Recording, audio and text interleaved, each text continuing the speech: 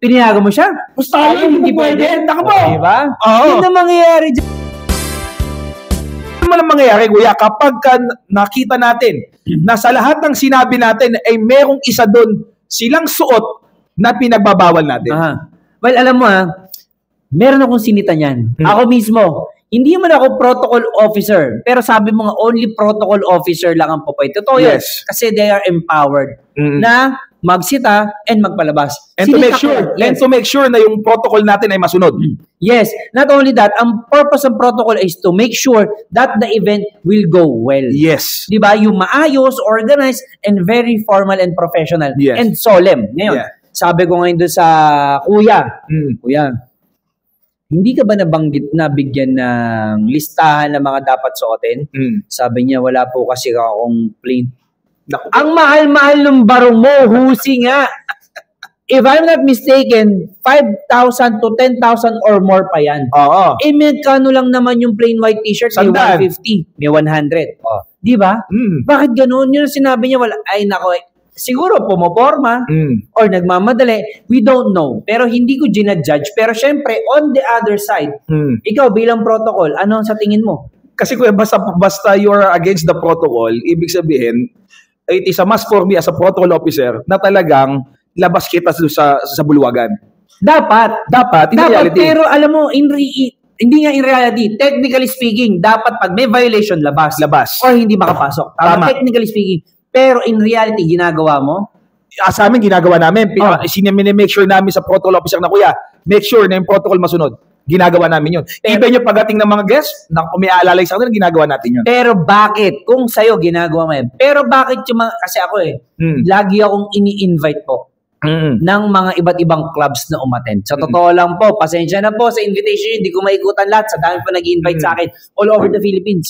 All expenses paid pa, kahit sa Mindanao, ini-invite ako.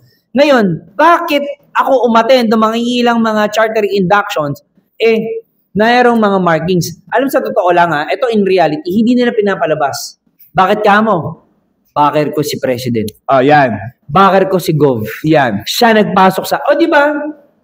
Ginamit na naman yung padrino. Yes. Just small way lang, nasusunod ka lang, hindi mo pa nagawa. Mas nakakahiya nga yung sa mga padrino mo Yun na nga Baka mami, disown ka pa niya. Sabi, hindi ko pinasok yan. T-shirt na lang nagka-problema pa. Tsaka matindi dyan, kuya, papasok ka pa lang.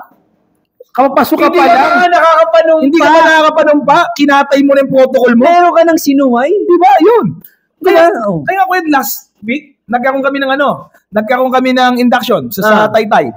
Congratulations nga pala sa newly inducted and chartered na club. Hindi, actually, additional members. Additional members. Okay. Congratulations. Alam mo, ginawa ko, kuya? Since maganda naman nakapag-induction kami a week before. Ginawa ko lang a week before ang induction. Ano reason behind? Kasi minsan mahirap kapag ngayon ang induction, pagkatapos ngayon kayo nag-orientation, pag may mali sa suot mo, dala mo, mamimili ka pa sa labas. Totoo. Dahil di ka mapapasukin. Hindi ka mapapasukin. So, ang ginawa ko, kasi kadalasan ito naman problema Nagdala ko ng extra white t-shirt. Yan. Tsaka nagdala ko ng medyas. Yan. Yung mga long socks. Seryoso po. So, ang ginawa mo ay? Nanigurado na ako na... Anong tawag doon? Yung ba, gusto mo maging example yun sa iba? Yes. Tsaka gusto ko din, kuya, na kung sakali man, kung yung kuya man, sigurado naman, mayroong budget naman yan. At alam, hindi naman to yung biglaang induction, may schedule po to. Kaya huwag sabihin sa amin na, pinaplano yan. Mahabang plano po to, taon nga sila, bago sila na-induct. So gusto ko din na kung sakaling medyo, nabili nilang medyas, medyo maiksi, naiksian ako, kuya, suot mo to. At least hindi ko sila pinalabas, tinulungan ko na lang sila bilang kuya, kasi totoo pong mayroong iba pagkakaintindi. Iba yung kaya sa induction, sinisigurado namin, nagkataon naman wala. Ito pa. Okay tayo doon sa malalaking print. Colored. Meron pa ako narinig. Sabi, maliit lang naman yung print, hindi halata. Plain ba yan o hindi? Yan. Plain ba yan o hindi? Diba hindi? Huwag mo nang ipilit, kuya. Pag sinabing plain. Huwag mo natin sabihin na, maliit lang naman. Diyan nagsisimula yung yung hindi pagsunod Diba? Na yung sinasabi nilang pwede na yan. Nakita ko nga kaya ko nga sinita. Hindi tayo pa pwede, alam mo sa totoo dapat, hindi tayo pa pwede maging mediocre lang dito. Ang ibig sabihin po ng mediocre ay pwede lang yan. Pwede na yan. Hindi po ganun na pinipilit lang natin. Gusto mo ba kapag pumasok ka sabihin ko, pwede ka na? Ang pangit naman tingnan. Pwede ka na. Para lang ako pandagdag bilang. Pandagdag ko. Kulang kami. Pwede ka na. Hindi ganun yun. Parang ganun din na sinabi mo sa sarili mo. May requirements nga tayo. May requirement. Lahat sumunod, ikaw hindi. Yes. Gano'n ka special. Tsaka, eto pa.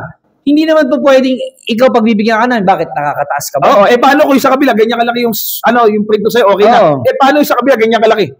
Di, sir, konti lang diferensya eh. Di okay na ulit. Pag meron pa isa, sir, mas mahaba na ng konti lang diferensya. Hindi lang yan. Ito pa mangyayari dyan. Pinayagan nyo siya eh. Bakit ako hindi pwede?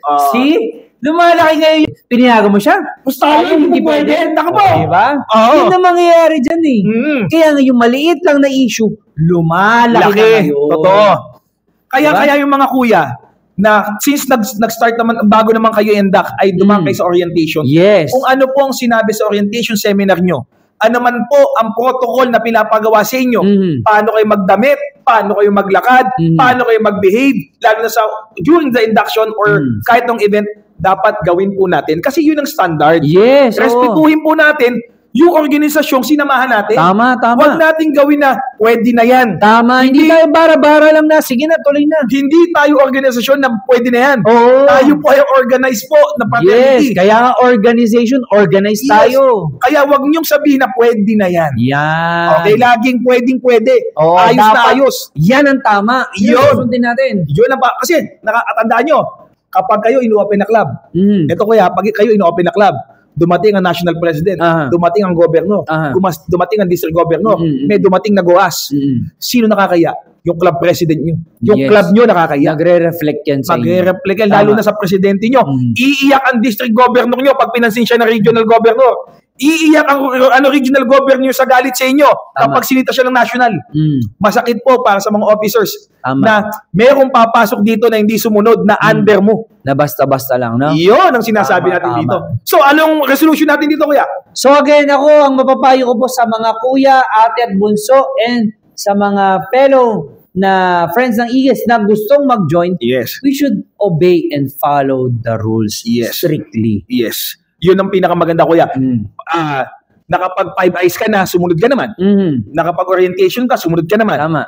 Yun na yung pinaka-last na gagawin mo na talaga ikaw hindi pa miyembro ay nasunod mo naman, sundin mo nang tumulubusan. Mahirap yan. Ngayon pa lang, di ka sumusunod. Pagdating ng agila ka na, baka mas lalo ka mag-isakit na ulo. Tama. Diba? Kaya nga, para saan pa ang rules o ang batas kung po pwede lang ang sorry? Yes. O pwede lang ang basta-basta. Kaya nga, rules are made para meron tayong organized event. Pero hindi niya pwede sabing hindi niya alam. Kasi tinuturo lahat siya. Oo naman. Yes. Yun. So ayan, at syempre bago tayo magtapos, gusto ko muna pasalamatan ang lahat po ng mga uniform personnel na lagi pong nakatutok sa atin. Dami niyan. Inaabangan. Oo, nationwide, kuya. Nagme-message. Bisa niya pag lumalabas ako, tinataping ako, bisag sombrero na ako. Oo nga, alam mo, ito nga, nakamas pa ako, attorneys. Yes po. Kala ko may utang ako Ay, ako kuya, tinapik. Ding-dong dante, sabi sa hindi ako attorneys lang talaga.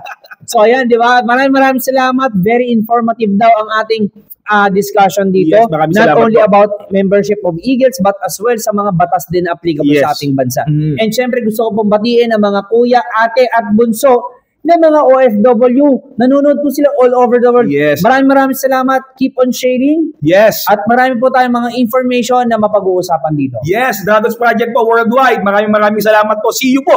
Lagi tayong nagkikita online. Yan. At syempre, if you need legal advice, legal services, just give me a message to my Facebook page at Attorney Ace Randolph V. Jurado. Sa akin naman po, M. Sherwin Talks. Tsaka po ito po, Yak ng Agila Media. Yan. At syempre ito po ay sa pangunguna at leadership ng ating butihing National President, Kuya Mark Lester Limpin. Maraming salamat po.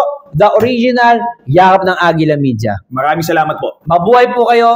God bless us all po sa atin lahat. Thank you.